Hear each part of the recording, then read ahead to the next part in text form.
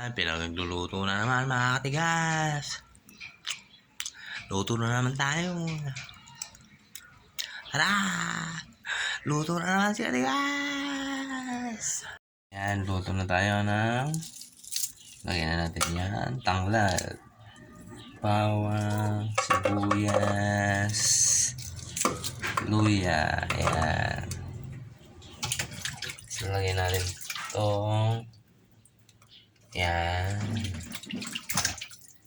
Ganyan. All for today. Paksiw. Yan. Tapos lagyan natin ng talong. Buo-buo. Maliit naman yung talong na katigas. Yan. Dahil maliit naman yung tulang, huwag na natin iwain. Yun lang na. Maliit naman talong na katigas. Yan. Tapos lagyan natin ng pag-uong. Yan. Tapos paminta. Tapos lagyan natin konting sabaw. Lagyan natin ng suka. Yan, suka. Lagyan natin. Tsaka natin isalang.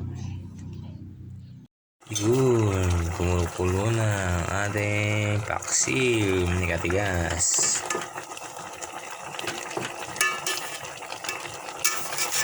Yan. Bago maluto mamaya, lagyan natin ng mantika. Use oil para masarap. Katigas, maluto na. Lagyan na natin na siya mantika ang use oil para masarap. Yan. Yan yung paksiw ni katigas. Yan. Thank you for watching, katigas.